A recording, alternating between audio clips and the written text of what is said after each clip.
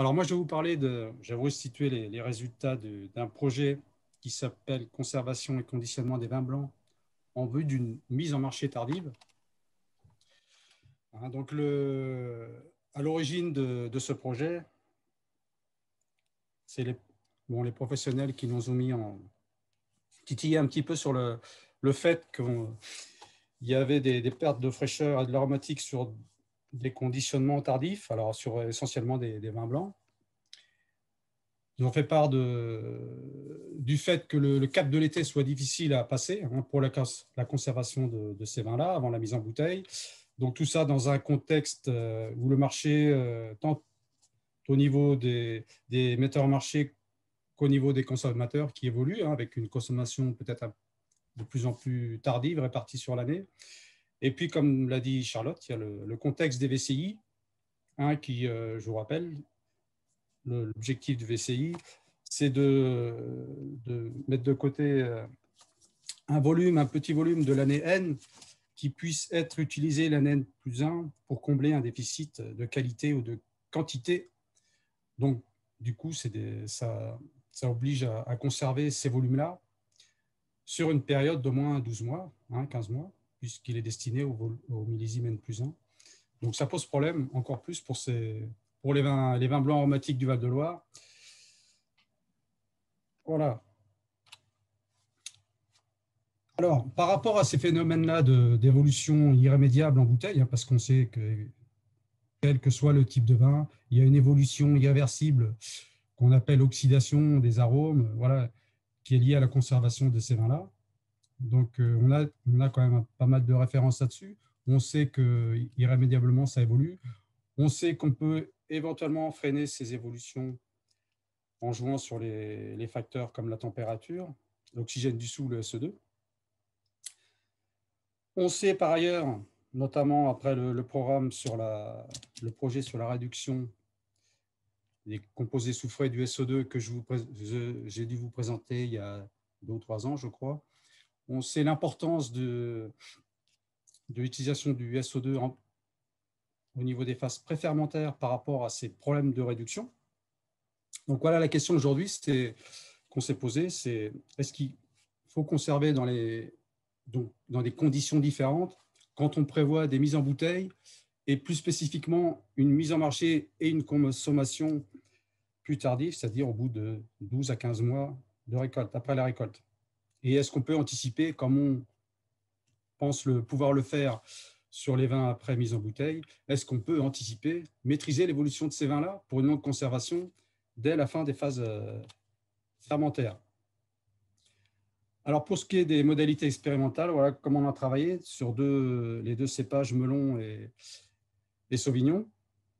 Donc, ça a été des essais qui ont été conduits en parallèle avec mon collègue de Vertou, hein, Frédéric Charrier, qui a conduit les essais sur melon. Alors, on a travaillé sur la température. On a travaillé à 2 températures faibles à moyenne, c'est-à-dire 4 ou 12 degrés, et à l'inverse, une température plutôt élevée, 20 degrés. On a voulu travailler sur l'aspect maîtrise d'oxydation, avec notamment travailler sur le glutathion. Hein, ça fait plusieurs années qu'on travaille là-dessus, notamment au niveau préfermentaire. Là aussi, on a très peu de références sur l'aspect post-fermentaire, élevage, conservation. Et puis, on a voulu savoir si, pour ces vins-là, la mise en marché était tardive, N plus 15 mois. S'il valait mieux, tout simplement, pourquoi pas conditionner au bout de 3 mois, hein, mars N plus 1, ou 10 mois, 12 mois, 15 mois, octobre N plus 1. Voilà. Donc, pour ce qui est des paramètres qui nous ont permis de suivre l'évolution de ces vins-là, bon, c'est les paramètres classiques. Hein. Un petit point sur les notions de glutathion et de SO2 libre. Bon, c'est des paramètres qui ont été figés dès le départ sur la totalité de la période d'élevage. 20 mg de glutathion et 25 mg de SO2 libre.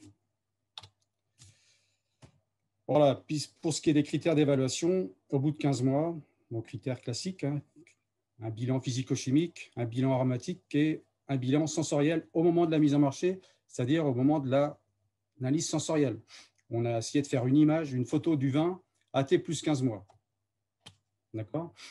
Alors, pour ce qui est du bilan physico-chimique, bon, ce qui ressort, c'est qu'on a une incidence de la température froide, entre guillemets, hein, sur la concentration citrique et l'acidité. Bon, ça s'explique par les phénomènes de précipitation qui sont plus importants à 4 degrés, évidemment.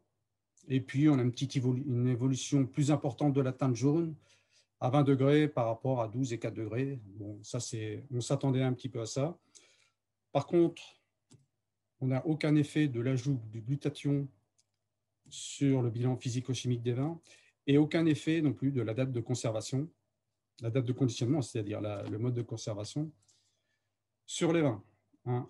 Même tendance sur Sauvignon et Melon, quel que soit le millésime, puisqu'on a travaillé sur les millésimes 2015 et 2016. On passe au bilan aromatique sur Melon, dans un premier temps. Donc, bilan aromatique, premier point, un effet de la température. Vous le voyez très bien de la température sur les tilleuls variétaux, surtout sur le 3MH. On a un petit effet aussi.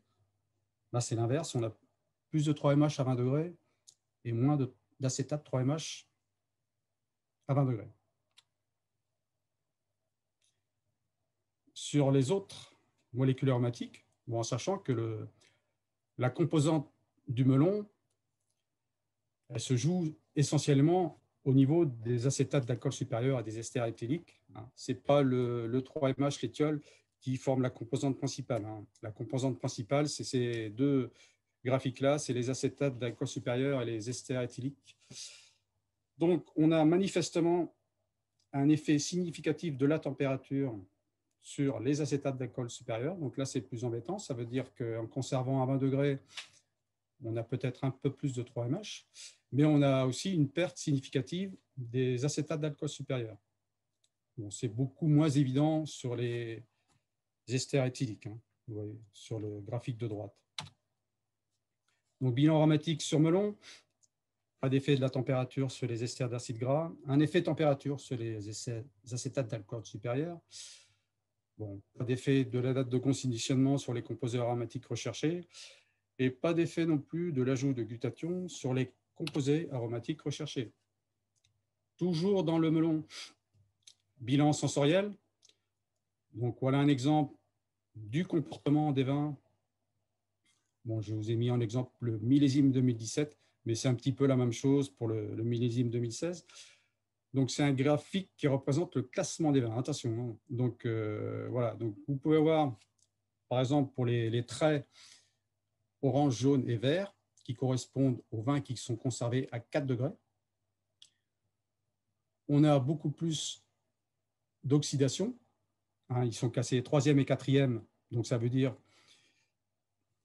qu'ils sont moins oxydés. Pardon. On a plus de réduction, oui, de réduction. Ils sont premier et deuxième de ce côté-là. Donc, plus de réduction sur les vins à 4 degrés. Et à l'inverse, plus d'ouverture, voire plus d'oxydatif. On a noté des vins oxydés, des vins conservés à 4 degrés. Donc là, déjà, une grosse différence. Alors attention, c'est une image, un instant T, au bout de 15 mois. Hein. Voilà, au bout de 15 mois, au moment où on déguste les vins, on trouve des vins qui sont réduits, à l'inverse des vins qui sont oxydés. Et il y a aussi des vins qui sont entre les deux. Donc il y a des vins qui sont plutôt réducteurs et des vins qui sont plutôt oxydatifs. D'accord ? Voilà, donc plus ouvert à 20 degrés qu'à 4, plus fermé, voire réduit à 4 degrés. On n'a pas noté d'effet de date de conditionnement ou d'effet d'ajout du glutathion sur le bilan, sur le profil sensoriel des melons. On passe au Sauvignon. Donc, pour ce qui est du bilan aromatique au niveau des molécules qui forment les composantes aromatiques du Sauvignon, donc là, en l'occurrence, le 3MH, son acétate et la 4-MMP, qui sont vraiment les composantes les plus importantes pour le Sauvignon. Donc là, on a manifestement en effet de la température, surtout sur la 3MH.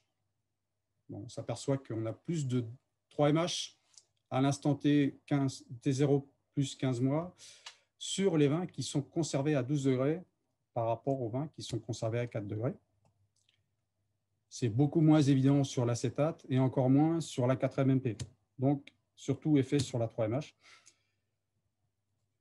par rapport au thiol et par rapport à la température. Un autre exemple sur d'autres molécules aromatiques, là en l'occurrence les acétates d'alcool supérieur et les esters éthyliques. Donc là, il n'y a rien qui se dégage forcément sur les alcools supérieurs, pas d'effet de date température, ni date de conditionnement, ni ajout de glutathion sur ces molécules-là. Par contre, manifestement, petit effet de la température sur les esters éthyliques. Alors, on aurait plus d'esters éthyliques avec une conservation à 12 degrés qu'une conservation à 4 degrés. Donc, ça va un petit peu de même sens que la 3MH. D'accord ? Et puis, en 2017, surtout, on a observé un effet de la date de conditionnement, c'est-à-dire du mode de conservation sur l'éthiol, en l'occurrence la 3MH et la 4-MMP. Il y a un effet manifestement du mode de conservation après 15 mois, puisque manifestement, le fait de mettre ces vins en bouteille précocement, donc ça c'est millésime 2017, voilà, P pour P pour précoce, T pour tardif. Donc les vins mis en bouteille au mois de mars 2018 se sont retrouvés avec plus de 3MH et de 4-MMP que les mêmes vins du même millésime mis en bouteille 6 mois plus tard. Et il y a quand même une tendance qui est assez significative pour le 3MH, la 3MH et la 4-MMP. Donc le fait de mettre en bouteille plus précocement permet de conserver, a priori, mieux les arômes qui forment quand même la composante essentielle du Sauvignon. Donc petit bilan aromatique sur le Sauvignon. Donc on a fait un effet température sur la 3MH, plus de 3MH avec des températures plutôt élevées entre guillemets que des températures fraîches. Un léger effet température sur les esters éthyliques seulement. Mais comme pour le melon, pas d'effet d'ajout de glutathion ni de date de conditionnement sur les composés aromatiques, sauf sur le millésime 2017, où on a manifestement un effet de date de conditionnement qu'on n'avait pas, a priori, en 2016, sur Sauvignon. Pour ce qui est du bilan sensoriel, donc on a fait déguster les vins comme sur le melon au bout de 15 mois après la récolte. Même principe. Vous avez le résultat aussi du classement. On a les mêmes descripteurs, l'intensité olfactive, le fruité, l'oxydation et la réduction, évidemment, l'équilibre et la persistance aromatique. Alors moi, je vous ai transformé ça en un tableau avec des couleurs. Vous voyez, et je vous ai mis un petit peu un tuto là. Tout ce qui est plutôt vers le vert, c'est plutôt qualitatif pour le vin, et tout ce qui est vers le jaune ou le gris, c'est plutôt non qualitatif pour le vin. Donc vous voyez que pour les vins qui sont conservés à 4 degrés, ce qui est en bleu et ce qui est en rouge, on a plus de réduction et on en a moins sur les vins conservés à 12 degrés. Par contre, pour les vins conservés à 12 degrés, a priori, on a un peu plus d'oxydation, ce qui est logique, que les vins conservés à 4 degrés. Il faut regarder aussi l'impression finale au niveau de l'équilibre. Donc là, il y a quelques différences au niveau de la persistance aromatique et de l'intensité olfactive aussi, évidemment. Donc voilà pour ce qui est du millésime 2016. Un deuxième exemple pour le millésime 2016, on a pratiquement les mêmes tendances. La réduction a pénalisé un petit peu le vin. Contrairement au melon, peut-être sur Sauvignon, on n'a pas de vin vraiment oxydé. On a peut-être des vins qui sont sur l'oxydatif, mais on n'a pas de vin vraiment oxydé. Excuse-moi Pascal, je t'interromps juste pour te prévenir qu'il te reste 1 minute pour conclure. Ok, ça marche. Merci. Même tendance pour 2017. Vous voyez, on a aussi bien des vins qui sont réduits que des vins qui sont oxydés. On a des différences significatives. Un petit peu la même tendance pour la deuxième matrice. Voilà. En conclusion, sur le melon, bon, vous avez vu qu'il y avait un effet de la température sur le profil analytique, hein, plus de précipitation tartrique. On a un effet de la température sur le profil aromatique. Alors, ce qui est important, là, c'est les composantes essentielles pour le melon, c'est qu'on a plus d'acétate, un petit peu moins d'ester. Et au niveau sensoriel, on a des vins qui sont sur les aspects réducteurs, réduction, ouverture, voire oxydatif. Donc, et pas d'effet de la date de conditionnement, ni de l'ajout du glutathion sur les paramètres physico-chimiques, aromatiques et sensoriels. Sur Sauvignon, on a un effet de la température sur le profil aromatique. Bon, là, sur les composantes essentielles du Sauvignon, on a moins de 3 mH à 4 degrés, ça on l'a vu. Et on a toujours ce volet de vin qui va de la réduction jusqu'à l'oxydatif, mais toujours comme sur melon, pas d'effet d'ajout de glutathion sur les paramètres physico-chimiques, aromatiques et sensoriels. Et on vous avait vu un effet du mode de conservation en 2017 sur le Sauvignon. Voilà. Alors, quelle conclusion on peut tirer de tout ça? Bon, il semble évident, d'après ces résultats, que la température sur melon ou sur Sauvignon, et à moindre niveau, le mode de conservation pour Sauvignon retarde l'évolution des vins, parce qu'il y a manifestement une évolution de tous ces vins-là. Donc, il est possible de garder des vins aromatiques comme le Sauvignon et le melon en vue d'une mise en marché tardive, en jouant essentiellement sur la température de conservation. Comme on n'a pas d'autres indicateurs pour suivre l'évolution de l'équilibre oxydoréducteur, l'analyse sensorielle, c'est le plus pertinent, c'est l'outil le plus pertinent qu'on ait pour gérer et piloter un petit peu cet élevage. Donc, il semble envisageable d'anticiper le profil sensoriel en fonction de la date de mise en marché, en gérant l'équilibre d'oxydoréduction du vin avec la température, et ce, dès le début de la conservation. Alors, attention à la réduction. Vous avez vu qu'on avait des vins qui étaient très différents de la réduction jusqu'à l'oxydation. Mais ça, voilà. La réduction c'est l'effet, le contre-effet de la protection. Donc, en protégeant au maximum, on arrive à conserver ces vins-là. Par contre, il ne faut pas trop protéger non plus, a priori, mais il faut protéger quand même. Il faut mieux maîtriser la réduction que maîtriser l'oxydation. C'est plus facile et ça permet de mener à une ouverture. On peut piloter l'ouverture en fonction de l'itinéraire, notamment, essentiellement au niveau de la température. Voilà, j'en ai fini, Charlotte. Je suis dans les temps. Tu as un petit peu dépassé, mais bon. En un quart d'heure, c'est difficile de présenter tous les résultats. Je vous ai présenté les tendances. Je l'entends. Voilà. Merci Pascal pour cette présentation. Nous allons passer à la session de questions. Je vous rappelle que vous pouvez poser vos questions par écrit avec l'outil QR qui est en bas de votre écran. Étienne, donc le directeur technique d'Interloire, va faire la gestion de ces questions et les poser à Pascal. Alors Étienne. Ouais, donc vous les posez par écrit sur l'outil questions-réponses. Justement, tu as terminé dans ta conclusion sur la partie réduction. Il y a une question pour savoir si on peut imaginer qu'elle évolue favorablement dans le temps et qu'en gros, les vins qui ont été dégustés, qui ont été considérés comme réduits, pourraient commencer à s'ouvrir et être prêts à consommer quelques mois plus tard, quoi. Oui, effectivement. De toute façon, ce qu'il faut noter, c'est que ces vins-là ne se sont pas retrouvés oxydés ou réduits du jour au lendemain. C'est des vins qui ont évolué, certains plus rapidement que d'autres. Certains se sont retrouvés oxydatifs, voire oxydés, mais d'autres sont restés réducteurs.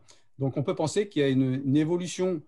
Alors, de là à modéliser l'évolution, ça, on ne sait pas faire aujourd'hui. Peut-être qu'un jour, on saura, mais on n'a pas assez d'indicateurs. Mais toujours avec le peu d'outils qu'on a utilisés là, le sensoriel, l'aromatique, on voit effectivement qu'il y a des vins qui sont… Attention, c'est une image après 15 mois de récolte. Hein. Donc, c'est des vins qui évoluent. Et on peut penser que les vins qui ont un profil réducteur réduit évoluent aussi. Et que la preuve, c'est qu'on a fait, je ne vous en ai pas parlé là, mais on a fait des dégustations un petit peu comme ça en off, sans jury, 6 mois, 1 an après les premières dégustations. Et il s'est avéré que les vins qu'on avait trouvés plutôt ouverts, voire oxydatifs, 6 mois plus tard, se cassaient la gueule. Et au contraire, les vins qui étaient plutôt réducteurs et réduits commençaient à s'ouvrir, à être intéressants et à être préférés, c'est clair. Donc, on sait qu'il y a une évolution, tous les vins évoluent. Ce qu'il faut, c'est maîtriser un petit peu dès le début de la conservation, par la température, maîtriser ces profils-là. On sait que voilà, avec la température, des températures basses, un minimum de SO2, on peut conserver assez facilement, très longtemps, les sauvignons et les melons. Après, en fonction de la date où on décide de mettre en marché, voilà, on gère un petit peu la température, voire le SO2. Le SO2, c'est ça, ça va essentiellement intéresser la mise en marché pour le coup, avec certains itinéraires qui sont peut-être plus réducteurs. Oui, pour une mise en marché peut-être un peu plus tardive. On parlait du conditionnement là, mais d'une mise en marché aussi un peu plus tardive. J'aurais une dernière question parce que je pense qu'on a déjà pris un petit peu de retard. Est-ce qu'il existe le même type de programme pour les rosés, comme c'est aussi un produit aromatique? Oui, effectivement, on peut se poser la même question pour les rosés, parce que c'est comme les vins blancs aromatiques, c'est un vin qui est très sensible au phénomène d'évolution. Hein, comme il y a eu beaucoup de références sur les vins blancs, il y a aussi beaucoup de références, mais pas qu'à l'IEV, mais aussi à l'IEV sur les vins rosés. On sait que ça évolue plus rapidement, notamment au niveau de la couleur et du fruité et de la fraîcheur, qui est les composantes essentielles des vins de rosé. Oui, effectivement, on pourrait faire le pendant pour les rosés. On pourrait imaginer un petit peu la même chose. Bon, c'est ce qu'on a voulu faire par le dépôt du nouveau projet sur les rosés, là. Hein, en termes, bon, ça visait plus la conservation en vrac en vue de l'utilisation sous forme de VCI. Mais la problématique est la même. On va comparer différents itinéraires pour voir, notamment au niveau de la température, pour voir ce qui est le mieux pour conserver ces vins-là jusqu'à 12-15 mois pour une mise en marché au bout de 10 ou 15 mois. Donc, on aura les rosés dans 2-3 ans, rendez-vous pour les résultats sur les rosés, du coup. Voilà, c'est ça.